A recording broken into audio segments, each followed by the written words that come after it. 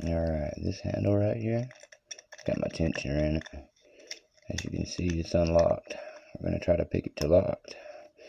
These you can pick both ways.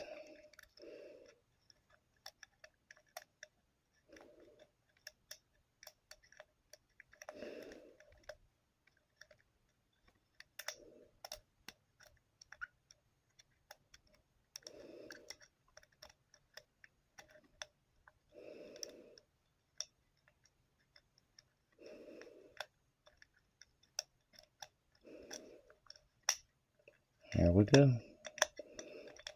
See, it's locked now. You have to pick it back the other direction if you want to unlock it again. I'll do that on another video. I was using my favorite pick, the Sparrows Standard Flat Hook Mountain Mix.